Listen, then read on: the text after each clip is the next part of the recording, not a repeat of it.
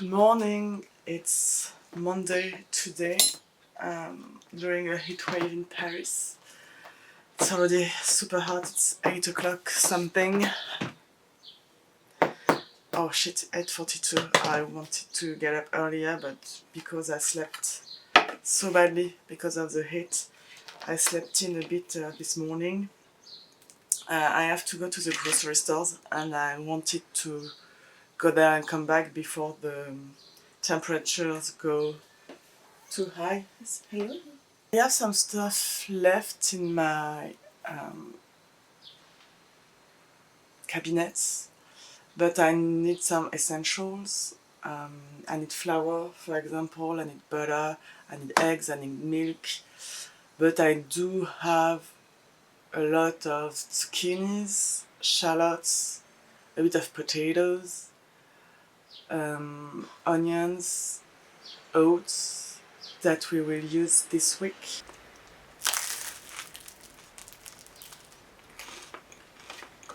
So, see you later. Hello again, I'm back from the grocery haul. For you it has been a minute, but for me it's been 2 hours, I think. It's 10:39. There are quite a lot of people because tomorrow is a French National Day. So I think people were stocking up for partying tomorrow.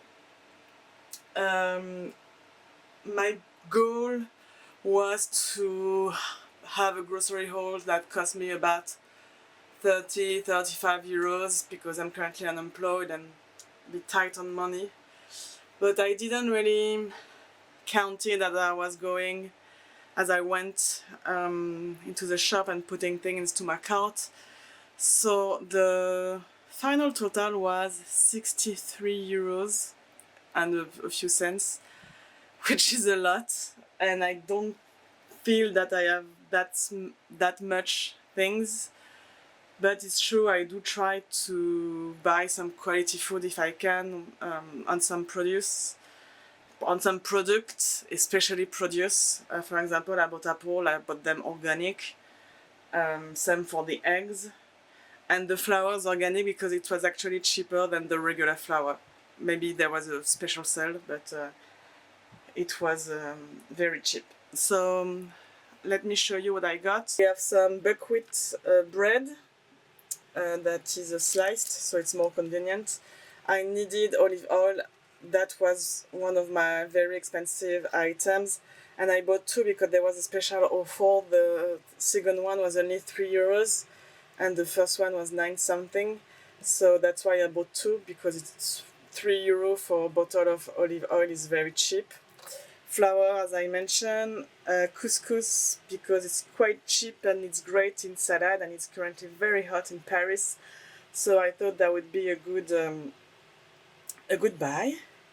Some faux meat. This is a chorizo. I'm a vegetarian. Eggs, it's my main protein. It was quite expensive. It was 5 or 6 euros the 12 eggs. Oat milk, chickpeas. Tomato sauce with olives and tomatoes, olives, feta cheese, salted butter, some yogurt, vanilla flavor. We eat a lot of yogurt in France and I'm no exception. The organic apples I told you about, some Greek yogurt, goat cheese, red onion. These are blueberries. I will put them actually right away in the freezer because it's currently very hot in the apartment. I should have started by that, sorry. I should have started with that. Bananas, some chocolate to make some dessert, some green pepper. I bought these ones because they were very cheap and I don't need a lot of them, so I bought 2 small ones like that. They're a bit sweeter, I think, than the big ones. They're quite good. And I bought a handful of carrots, 4 of them. And so all of that, plus the blueberries that are in the freezer, is how much I said? 67 euros. So not cheap. So I will do a voiceover for the recipes because you could have heard my English is very bad with the heat wave as my brain is completely melting. I'm going to start with the hummus. To do so, I will take half of this quite significant can and rinse my beans, my chickpeas, because it will help me digest them better. It's the same for all beans in cans. You can rinse it before cooking them and it will be better for your guts. And the hummus recipe is actually quite simple. You don't need to buy it. You just need a food processor though. Then a generous amount of tahini, which is sesame paste, a generous amount of olive oil, some salt and pepper. I'm realizing in this video that I'm out of pepper and that I won't be able to use it for my other recipes, but you should. And I add some cumin because I like my hummus with this taste, and also I like it very lemony. So you will see me after use a lot of lemon juice as well because I really like the taste of that in my hummus. And to help it, to help your processor and to have your hummus very smooth, you need to add water. I personally use ice cube actually. I know it's maybe a bit controversial, but my food processor heats up quite quickly.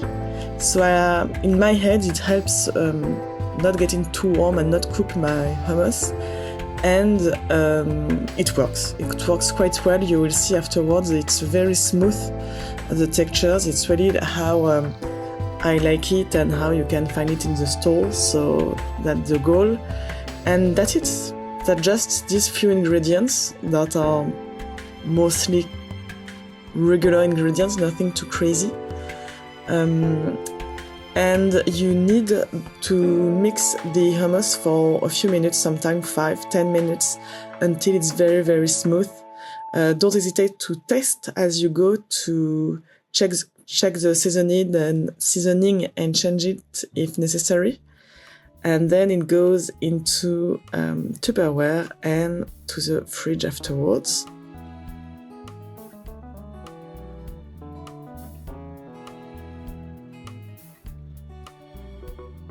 Here it goes. Now it's a tzatziki. So my cucumber was, I would say, middle size, and I use half of it. You need to peel it. Well, I peel it because I don't really like the tough skin in the tzatziki.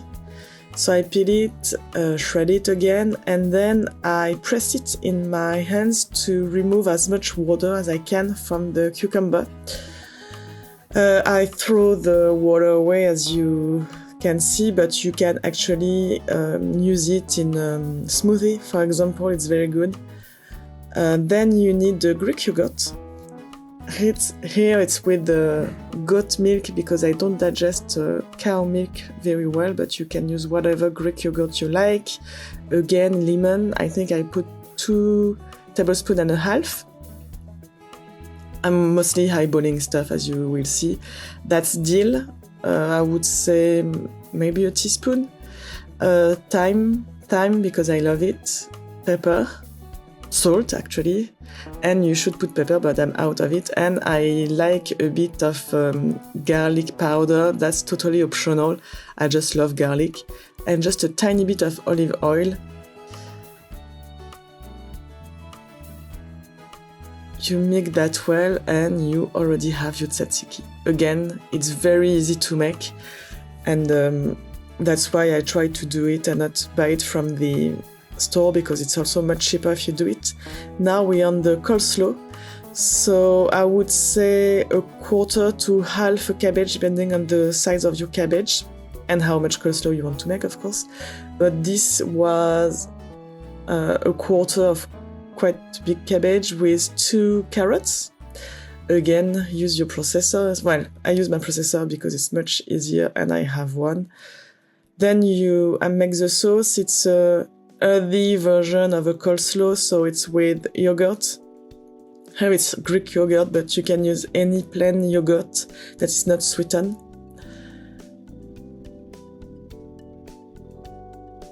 And the idea is to do a very light mayo-like sauce. A teaspoon of mustard. Dijon mustard is better because it's not too sweet. I think it's 2 tablespoons of 5 tablespoons of oil, sorry. That's apple cider vinegar. I would say 2 or 3 spoons depending how you like vinegar. I personally very like vinegar taste in my food, so that's why I put 3 tablespoons, but 2 it can be enough as well depending on your taste. Now I'm adding salt. You should also add pepper, as mentioned before, I'm out of it. And a little bit of sugar, about a teaspoon of sugar. And now you mix everything to have kind of mayo.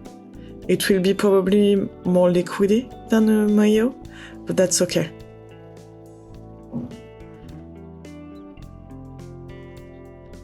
When the sauce is combined, you can put your vegetables in a big enough container. It's a big bowl because I don't have rectangle container that would fit as much coleslaw.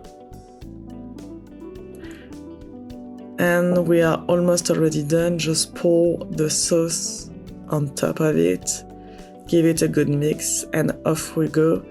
I personally like the coleslaw a few hours after because the sauce softens a bit the vegetables, and it's better to eat the coleslaw within 2 days because afterwards it can turn a bit sour with the cabbage.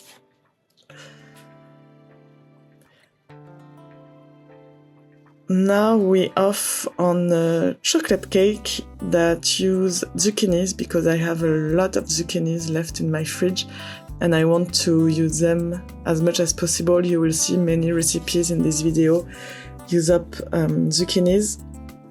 So the seeds are not very good in the cake, so I would recommend to carve the vegetables to take out the seeds. And again, we will use the food processor afterwards to shred the zucchinis. If you had several sizes of shredding, I would recommend to use the smallest one because it will allow the zucchinis to melt while cooking in the cake. So maybe if the cake is for children, for example, they won't feel the zucchini's filaments in the cake. If so that would be better. I quite like doing sweet thing with vegetables. I think it's quite interesting and it gives you extra nutrients and fibers. The recipe requires quite a lot of chocolate. It's 200 grams of dark chocolate that you need to melt. I don't have a microwave, so I melt it on the stove. You should do so at a low temperature. And you can add a bit of water so the chocolate doesn't stick to your pan or pot. Mine was maybe a bit too high, or I was too distracting doing the rest of the cake, but you'll see the chocolate burnt a little, which is not awful, but it's a bit of a shame. In your bowl, it's not flour, it's cornstarch. You need 40 grams of it, 4 eggs, which means it's quite a lot of protein as well in this cake, which we love. I will add as well 60 grams of sweetener. Here it's just regular sugar. 5 grams of baking soda and 1 teaspoon of vanilla extract. Again, it's quite simple ingredients, which I love. And you'll see the texture at the end of the cake. It's quite like, it's very smooth and almost fudgy, which is great. Now, you can add the zucchinis in your liquid preparation. And this cake also is great because it stores very well in the fridge. I eat it usually along the week up to 5 days. And the taste is good, it doesn't lose qualities over time, I could think. As mentioned, my chocolate is a bit burnt, which is a shame but not a big deal. And then you need to preheat your oven at 180 Celsius degrees. And it will cook between 30 to 40 minutes depending on your oven. So I would recommend starting at 25 minutes to keep a close look on it to make sure it doesn't burn. And it's should be a bit like a brownie, you know, if it looks not very entirely cooked, it's normal. I'm just oiling my tan here so the cake doesn't stick too much to it and it will be easier to serve slices. I use this tan because it's very convenient. It has a lid, so I can store the cake in the fridge directly in the tan and not put it in another container. So less dishes to clean, which we love. And this cake is quite healthy because there is no fat, as you saw, no butter, no oil in the recipe. It's the courgette that bring the... And I forget to film the cake once cooked, but you can see here a slice and the fudgy textures. Now another zucchini recipe. As mentioned, there will be a lot in these videos.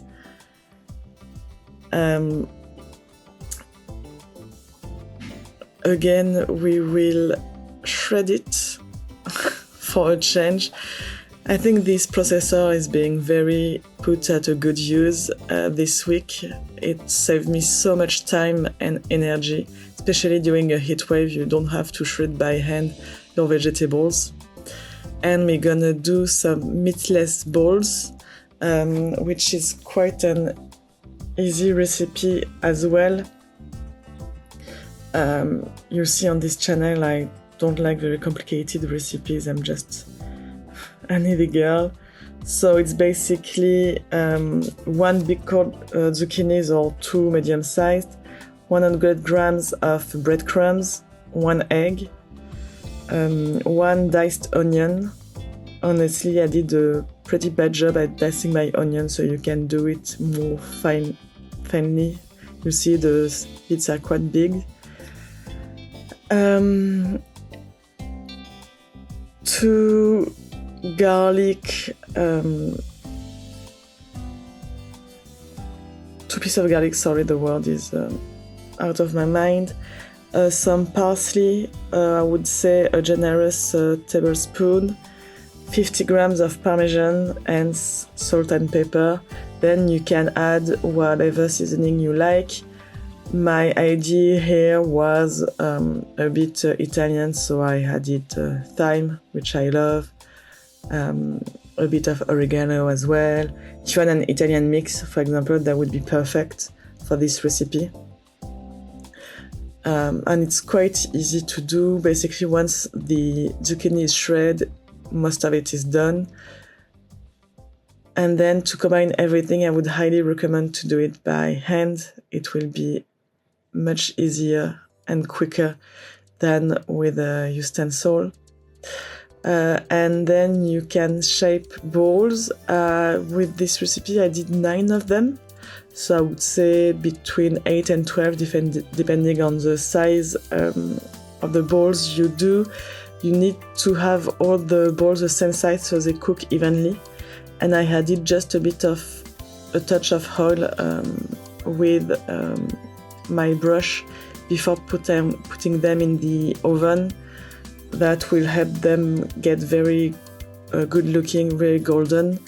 And my oven is at 180 Celsius degrees, as you can see. And I would say that the balls cooked in about 20 minutes and see how golden they look. They're beautiful. And see how golden they look. They're beautiful and very tasty. And another zucchini recipe, told you, I didn't lie when I said I had a lot of this vegetable in my fridge. This one is stuffed vegetables. So again, you need to carve the zucchinis to take off the seeds, and that will leave us room to stuff it. I'm sorry for the angles, my kitchen is very small and my tripod is quite big and it's not very convenient. So once it's carved, we will pre-cook the zucchinis to make sure it's fully cooked at the end, so you can put a bit of oil on top of it, salt, pepper and seasoning, and just put oil, but honestly it could have been nicer with a bit of seasoning, and you put that in the oven at 180 degrees for about 10 to 15 minutes. Remember the hummus, we left about half of the can, so that's the left. You can mash it with a fork, so this is to do mashed potatoes. I added what was left of feta cheese. Honestly, you can use twice as much as that. That's about half red onions diced as well. Again, you can do it nicer than me. That won't be too difficult. And the idea for this recipe is a bit Mediterranean influence. So I added a bit of dry tomatoes that I had left in the fridge. Again, you can put more than that. And about a handful of olives, black and green. Some thyme, obviously, that's my favorite herbs. Cumin, that's my favorite spice. Oregano, and I think I put a bit of coriander because why not, but again, if you have an Italian mix, that would be great. Again, use your hand, that's how it's best combined. I'm out of pepper and I didn't add any salt because you have the feta cheese, you have the dry tomatoes, you have the olives, so that brings a lot of salt already. But as usual, give it a taste and check the seasoning and adjust if necessary.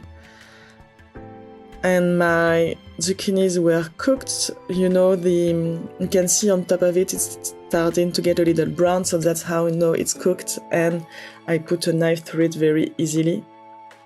So I just stuffed it. I'm trying to divide the preparation between the two pieces of vegetables. And of course, some is not getting in. And off to the oven it goes, still at 180 degrees. The meatless ball are on top of it. I would say cooked it for about 20 to 30 minutes, depending on your oven again. And the last recipe will be a quiche, because I had a lot of shallots to be done. You can see it back in the container. That took me about almost an hour to chop. And I'm doing my own dough. It's not as complicated as it seems to be, and honestly it makes all the difference. The only thing, it needs to rest for half an hour to the fridge, so you need to do that first and be prepared. So it's 220 grams of flour, 40 grams of oil. I use olive oil because it's what I have at home, but any oil will do. About half teaspoon of salt and 80 grams of water. The amount of water might be a bit different depending where you live or how wet the weather is that day. So you need to adjust that a little, but usually for me 80 grams is spot on, and I hardly change it.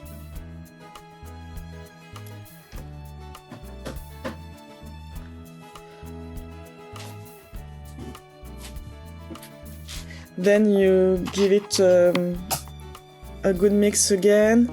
I start with a utensil, but quickly I go in with the end, because that's what works better.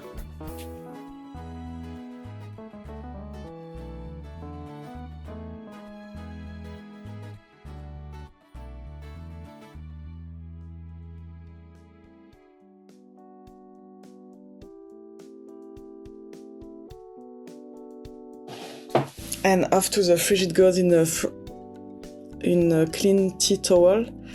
Now we're gonna cook the shallots in a pan with a bit of oil. I will kind of fry it until it turns a bit brown. Of course, adding thyme. Season always your food. Don't forget to do it. Cumin. That's parsley.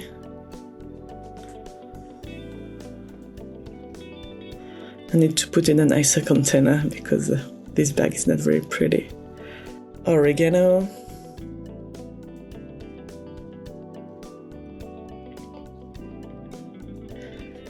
While it's cooked, I will get to the rest of the recipe. So it's 3 or 4 eggs, depending how protein you want. I usually do 3. And a regular quiche recipe requires creme fraiche, but as mentioned before, I don't digest cow milk very well, so I use soy cream instead, which works perfectly well. And if you're vegan, you can use tofu instead of eggs. It works quite well. So this is a soy cream I was mentioning. I think it's 25 centiliters. To get extra yum and to add flavors easily, I'm adding about half of this tomato sauce that has olives in it. That's how you can a bit cheat with the seasoning of your quiche. It's by adding already made sauce. See, the shallots is turning a bit brown, so that's what you want. I will add a splash of water, cover it, and reduce the heat to let it cook thoroughly, and now more slowly.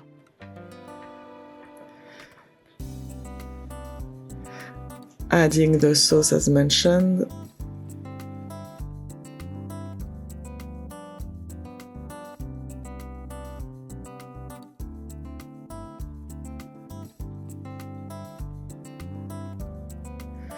And I'm adding the goat cheese as well that you saw at the grocery haul. Not all of it because I want some to do a pizza during the week, so I use maybe 2/3 of it, maybe a little more. I like to keep big chunk of goat cheese so you can taste it very well in the quiche. I think it's nicer. And now the shallot is cooked. You can see that it is quite golden and see-through. So that's the sign that it's fully cooked. It's time to roll the dough now, which is not very complicated. You just need to try at first to have already a round shape, so it will be easier as you spread it out to keep the shape.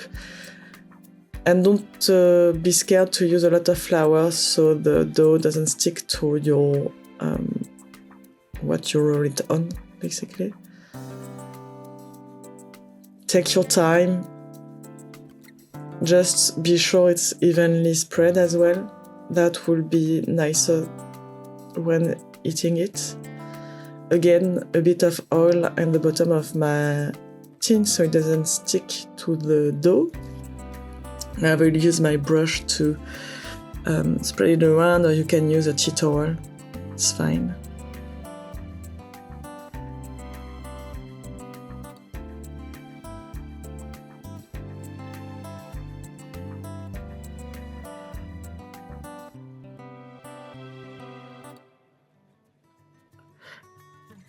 And then I put the shallot at the bottom, I think, and the liquidy preparation on top. You could definitely combine the two. I just thought it would be nice to have the different layers to be seen while eating it. but that's very up to you. You can combine everything. It will taste the same and it's fine. And you don't need to pre-cook this dough, so that's very convenient as well, and I think you don't lose time doing so. So that's nice. Trying to spread evenly both preparation.